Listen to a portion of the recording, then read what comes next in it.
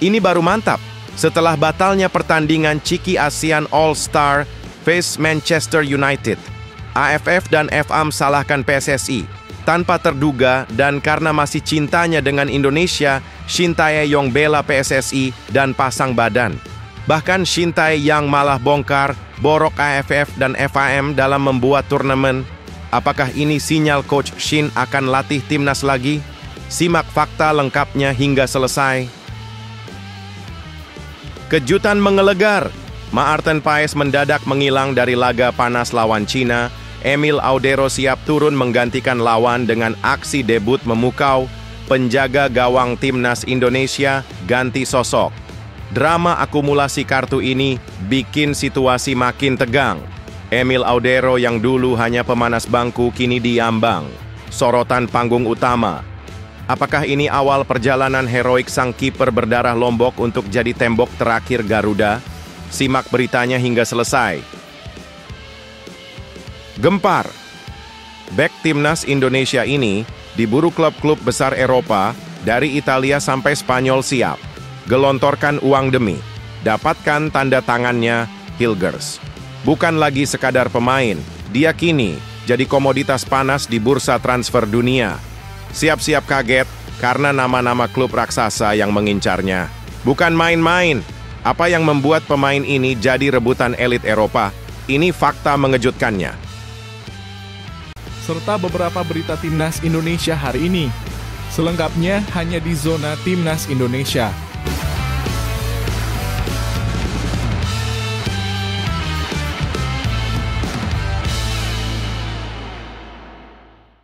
Sebelumnya, jangan lupa subscribe channel ini supaya tidak ketinggalan berita timnas Indonesia. Ini baru mantap.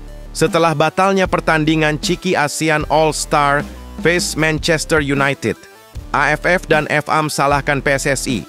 Tanpa terduga dan karena masih cintanya dengan Indonesia, Shin Tae-yong bela PSSI dan pasang badan. Bahkan Shin Tae-yong malah bongkar borok AFF dan FAM dalam membuat turnamen. Apakah ini sinyal Coach Shin akan latih timnas lagi? Simak fakta lengkapnya hingga selesai. Dalam sebuah insiden yang mengguncang jagat sepak bola Asia Tenggara, pertandingan yang menurut AFF dan FAM sangat prestisius antara ASEAN All-Star melawan Manchester United yang rencananya akan digelar pada tanggal 28 Mei 2025 resmi dibatalkan oleh FIFA. Adapun pembatalan ini disebabkan oleh masalah administratif dan logistik yang melibatkan AFF dan FAM sebagai penyelenggara. FIFA menilai bahwa persiapan yang dilakukan tidak memenuhi standar internasional, sehingga memutuskan untuk membatalkan pertandingan demi menjaga integritas kompetisi sepak bola global. Namun yang mengejutkan bukan hanya pembatalan laga ini, melainkan perang terbuka yang pecah antar federasi, yang mana Indonesia selalu kembali jadi kambing hitam utama. Bahkan tak segan-segan AFF dan FAM tanpa malu dan introspeksi salahkan PSSI sebab batalnya pertandingan tersebut. Federasi Sepak Bola Asia Tenggara (AFF) dan Federasi Sepak Bola Malaysia (FAM) langsung bereaksi keras. Tanpa ragu mereka menyalahkan PSSI atas kegagalan besar ini. Mereka menuding PSSI tidak melakukan promosi apapun untuk pertandingan sekelas ASEAN versus klub raksasa Eropa yakni Manchester United. Mereka juga menuding bahwa PSSI menolak untuk mengirimkan pemain kunci timnas, termasuk sang Kapten Jay Idzes dan Rising Star Ole Romeni ke tim ASEAN All-Star. Menurut pernyataan resmi FAM, tanpa pemain terbaik Indonesia, daya tarik laga ini langsung merosot. Penonton Asia Tenggara ingin melihat Jay Idzes, bukan cadangan dari Laos. AFF menambahkan bahwa Indonesia seharusnya sadar diri bahwa mereka kini pusat perhatian sepak bola Asia Tenggara dan tidak pantas bersikap egois dalam momen sebesar ini. Pernyataan ini sangat tidak berdasar karena alasan PSSI tidak mengirimkan pemain tersebut, ya jelas karena timnas Indonesia sedang fokus untuk melakoni pertandingan yang lebih penting dibandingkan dengan pertandingan persahabatan, yakni pertandingan kualifikasi Piala Dunia 2026 round 3, yaitu melawan Cina dan Jepang di bulan Juni mendatang. Kejadian ini menarik perhatian. Banyak pihak termasuk mantan pelatih timnas Indonesia yakni Shin Tae-yong bahkan mengatakan AFF dan FIM jangan munafik. Dan paling yang tak disangka, Shin Tae-yong, pelatih asal Korea Selatan yang baru saja angkat kaki dari kursi pelatih timnas Indonesia, langsung pasang badan. Bukannya ikut menyalahkan PSSI, Shin justru membela federasi yang memecatnya sambil membongkar kebobrokan AFF dan FIM. AFF dan FIM itu tidak serius membangun sepak bola. Mereka cuma ingin tampil di panggung besar, menjual nama besar klub Eropa, tapi tak punya visi jangka panjang, ujar Shin dalam wawancara eksklusif. Lebih lanjut, ia mengungkap bahwa sejak awal, pertandingan ASEAN All-Star versus MU adalah proyek politis yang tidak memperhatikan kondisi klub dan pemain. AFF dan FIM memaksa PSSI menyerahkan pemain, bahkan saat Indonesia tengah mempersiapkan laga penting kualifikasi Piala Dunia. Bayangkan, negara kalian sedang bertarung untuk tiket Piala Dunia, tapi kalian malah minta pemainnya ikut main-main di laga hiburan. Tambahnya tajam. Meski telah dipecat, Shin Tae-yong menunjukkan bahwa cintanya pada Indonesia tidak main-main. Ia bahkan menegaskan bahwa PSSI mengambil langkah benar dengan mengutamakan kepentingan nasional dibanding pertandingan glamor tapi kosong. Saya sudah tidak di timnas Indonesia, tapi saya tahu betapa pentingnya stabilitas dan fokus tim. Jangan sampai sepak bola kita digadaikan demi uang tiket dari Manchester United. Kini di media sosial, reaksi publik terpecah dua. Ada yang memuji Shin Tae-yong sebagai kesatria sejati yang tetap membela merah putih. Tapi ada juga yang curiga bahwa Shin tengah cari panggung agar kembali dilirik oleh PSSI. Sementara itu, suara keras bermunculan yang mempertanyakan apa sebenarnya kontribusi nyata AFF dan FIM bagi kemajuan sepak bola regional, selain menjual nama besar tim luar. Akhirnya timbul tanda tanya besar. Apakah Shin Tae-yong benar-benar tulus mencintai Indonesia, atau ia tengah memainkan kartu politik terakhirnya? Dan lebih penting lagi, apakah federasi seperti AFF dan FIM masih layak dipercaya untuk mengelola sepak bola Asia Tenggara? Bagaimana menurutmu? Apakah Shin Tae-yong pahlawan sejati atau hanya aktor hebat di belakang drama sepak bola ASEAN ini? Mari kita diskusikan. Apakah kalian setuju dengan sikap Coach Shin ini? Jika setuju, tulis setuju di kolom komentar dan berikan argumen kalian. Serta jangan lupa like video ini, share video ini, dan terpenting, mohon subscribe channel ini agar tidak ketinggalan berita dan kabar seputar timnas terbaru.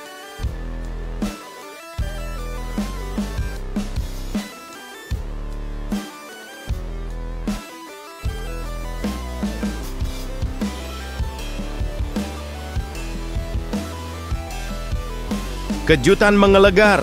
Maarten Paes mendadak menghilang dari laga panas lawan Cina.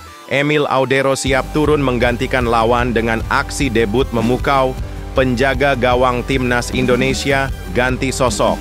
Drama akumulasi kartu ini bikin situasi makin tegang. Emil Audero yang dulu hanya pemanas bangku kini diambang. Sorotan panggung utama.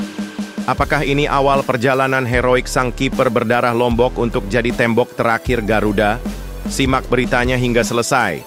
Maarten Paes terpaksa mengalah. Emil Audero siap meledak di laga timnas versus Cina. Debut sang penjaga gawang kelas Eropa jadi momen yang dinanti. Angin perubahan berembus kencang dari skuad Garuda. Jelang laga super krusial kontra Cina dalam lanjutan kualifikasi Piala Dunia 2026 pada 5 Juni 2025 mendatang, timnas Indonesia harus kehilangan sang benteng terakhir, Maarten Paes, akibat hukuman akumulasi kartu kuning yang tak bisa ditawar. Satu kartu saat menghadapi Arab Saudi, satu lagi saat melawan Bahrain, dan boom, Paes resmi masuk daftar larangan tampil. Namun di balik awan gelap absennya kiper FC Dallas itu, muncul cahaya terang bernama Emil Audero Mulyadi. Kiper berdarah Lombok yang kenyang asam garam. Liga Italia pernah berseragam Juventus, Sampdoria, hingga Inter Milan, kini siap tampil untuk pertama kalinya mengenakan jubah Garuda di dada. Paes sendiri mengaku legawa dan tetap mendukung tim dengan sepenuh hati. Dengan suara tenang namun syarat makna, ia mengungkapkan betapa padatnya jadwalnya di bulan Mei dengan 10 laga non-stop bersama FC Dallas. Saya akan ke Jakarta awal Juni, 4 hari sebelum laga, dan untungnya punya waktu untuk menyesuaikan diri, ujarnya. Menandakan ia tetap akan hadir secara fisik dan mental bersama tim. Peralihan tongkat estafet ini bukan sekadar rotasi biasa, ini adalah momen epik yang bisa mengubah sejarah timnas. Emil, yang sebelumnya hanya menghias bangku cadangan dalam laga kontra Australia dan Bahrain, kini berdiri di ambang panggung megah sebagai starter utama. Sosoknya yang berpengalaman di kompetisi elit Italia bukan sekadar pelengkap, tapi bisa jadi senjata rahasia Patrick Kluivert menghadapi tim China yang dikenal disiplin dan solid secara taktik. Tak berlebihan jika publik kini menunggu dan bahkan berspekulasi liar. Apakah Emil Audero akan tampil spektakuler dan mengukuhkan dirinya sebagai kiper nomor 1 Indonesia menggantikan Maarten Paes yang selama ini jadi pilihan utama? Kalau kamu jadi pelatih, siapa yang layak jadi kiper utama Indonesia ke depannya? Maarten Paes atau Emil Audero? Apakah saatnya regenerasi dimulai di bawah Mistar Garuda? Tulis pendapat kalian di kolom komentar.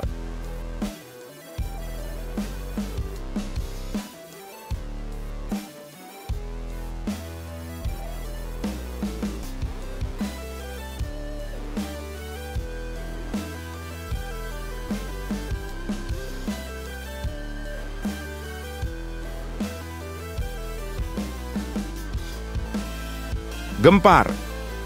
Bek timnas Indonesia ini diburu klub-klub besar Eropa, dari Italia sampai Spanyol siap. Gelontorkan uang demi dapatkan tanda tangannya Hilgers. Bukan lagi sekadar pemain, dia kini jadi komoditas panas di bursa transfer dunia. Siap-siap kaget karena nama-nama klub raksasa yang mengincarnya. Bukan main-main. Apa yang membuat pemain ini jadi rebutan elit Eropa? Ini fakta mengejutkannya. Maes Hilgers, sang tembok pertahanan timnas Indonesia, jadi pusat perburuan klub-klub elite Eropa. Jagat sepak bola Eropa tengah diguncang kabar panas yang bikin detak jantung pecinta bola berdegup kencang. Maes Hilgers, bek tangguh nan elegan milik FC Twente, sekaligus pilar kokoh timnas Indonesia, kini jadi rebutan klub-klub besar dari berbagai penjuru Eropa. Belum habis masa kontraknya yang masih berlaku hingga 2026, sang pemain sudah memicu perang diam-diam antar klub elit hanya demi mengamankan jasanya. Hilgers, yang sudah membuktikan kapasitasnya sejak masa akademi bersama Twente, kini mendadak jadi incaran utama dua tim yang tak bisa dianggap remeh. Feyenoord, raksasa Eredivisie, dan Como 1907, tim asal Italia yang punya ambisi membara.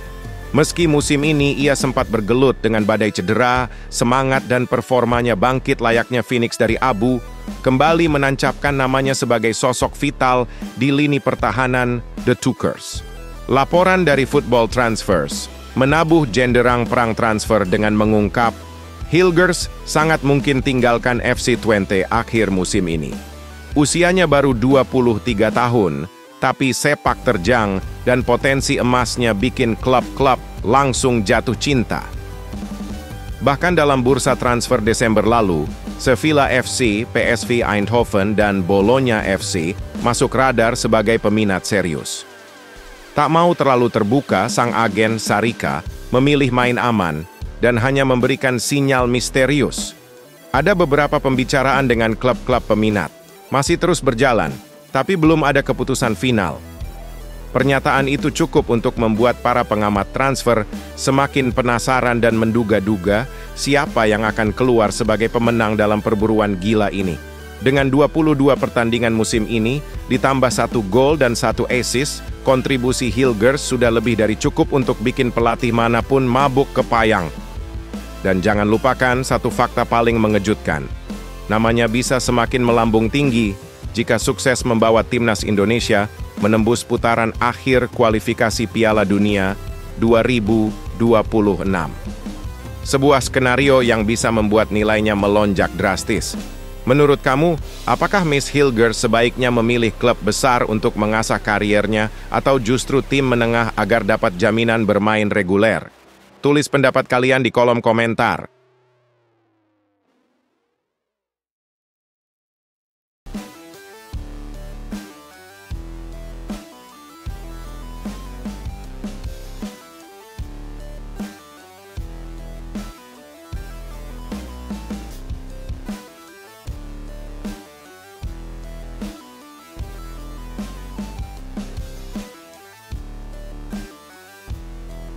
Kabar mengejutkan, Ruben Amorim pelatih Manchester United meminta kepada AFF agar pertandingan ASEAN All-Star versus Manchester United dibatalkan.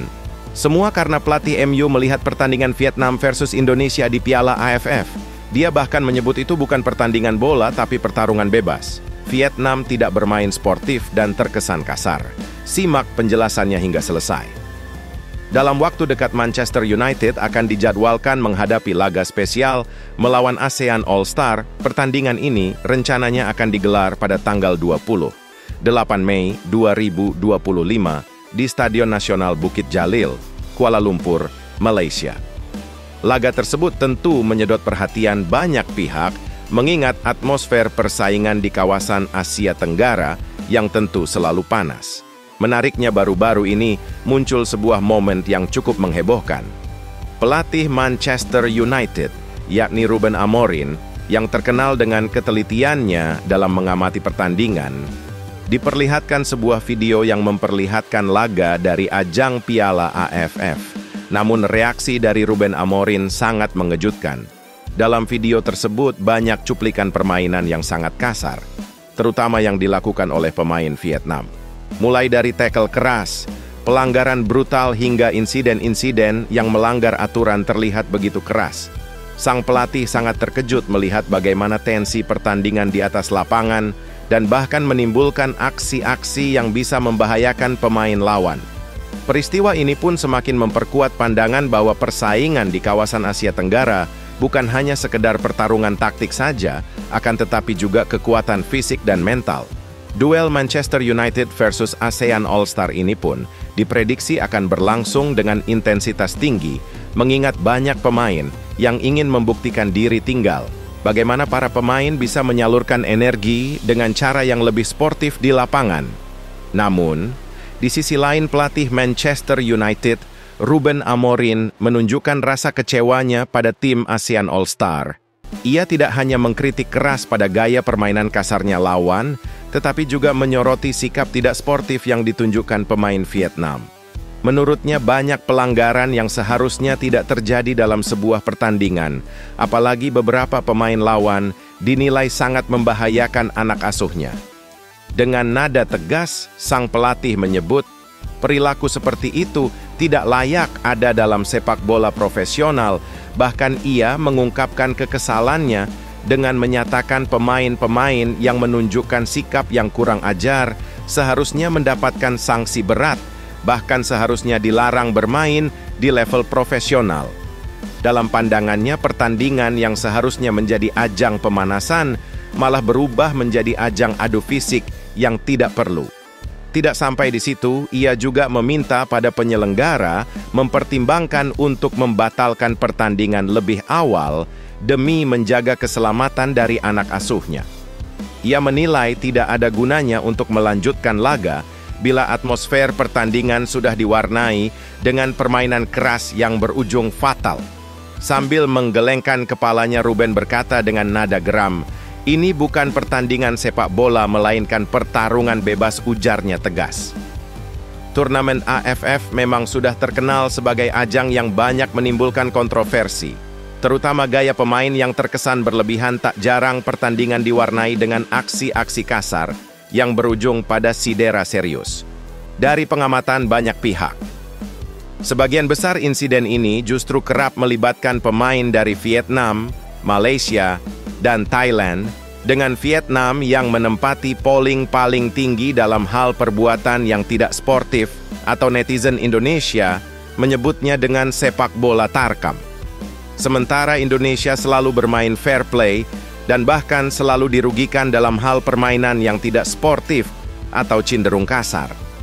Dengan dibatalkan pertandingan uji coba dengan Manchester United ini mencoreng kredibilitas dan citra AFF sebagai penyelenggara.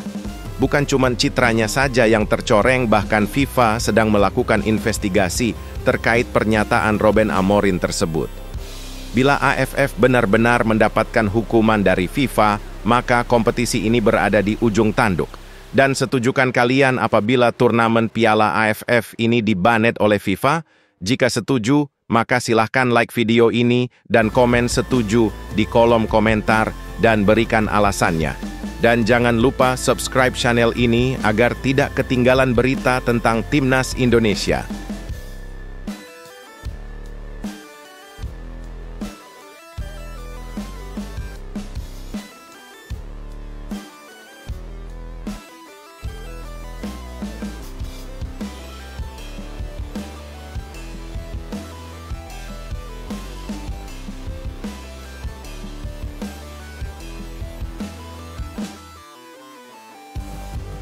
Gegerkan nasional, PSSI gelar kongres tepat sehari sebelum Timnas hadapi Cina di GBK.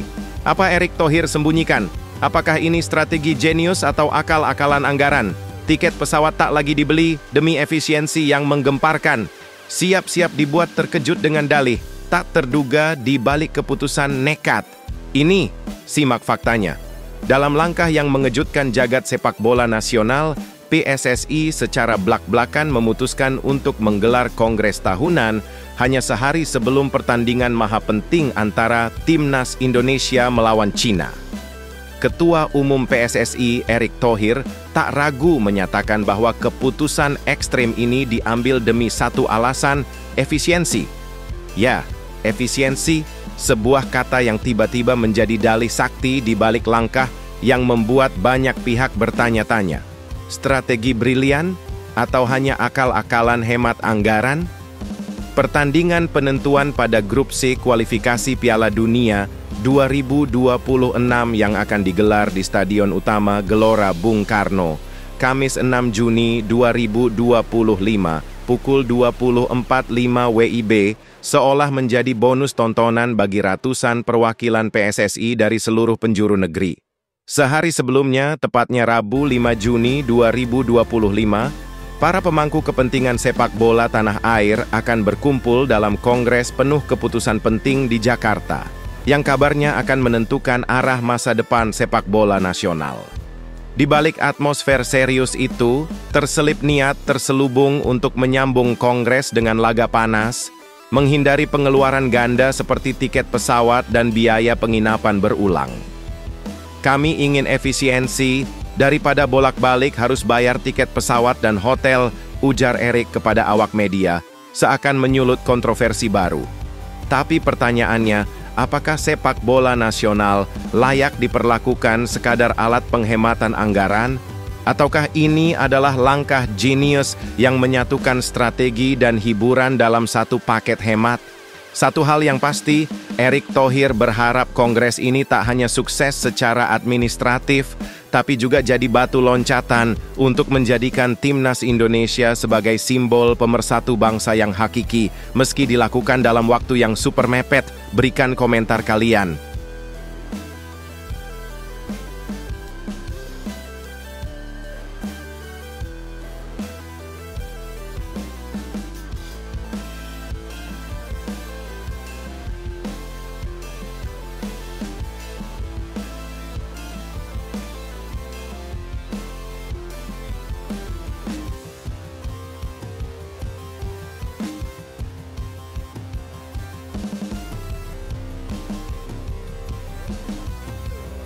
Kabar mengejutkan yang mengguncang jagat sepak bola ASEAN. Persija Jakarta berani membangkang dan tak lepas Muhammad Ferrari ke laga bergengsi lawan Manchester United.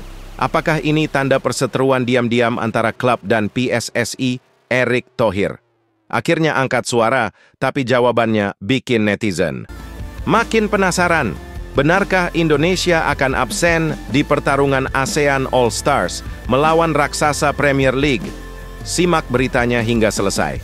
Sebuah drama panas kembali menyeruak dari kancah sepak bola tanah air. Persija Jakarta secara mengejutkan memilih untuk tidak melepas sang bintang muda, Muhammad Ferrari, guna memperkuat tim ASEAN All-Stars dalam laga super prestisius melawan Manchester United di Kuala Lumpur. Keputusan ini sontak memicu spekulasi liar. Apakah ini bentuk perlawanan terselubung dari klub-klub terhadap event yang dianggap tak penting, atau hanya soal prioritas? Pelatih Persija, Carlos Pena, menyatakan dengan tegas bahwa Ferrari harus 100% fokus pada pertandingan penting sisa Liga 1 2024-2005, di mana Persija masih memburu target di 4 laga penentuan, termasuk laga terakhir menghadapi Malut United pada 24 Mei.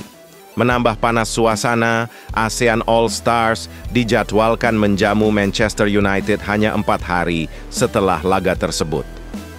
Padatnya jadwal membuat banyak pihak meragukan keputusan PSSI dan panitia pertandingan.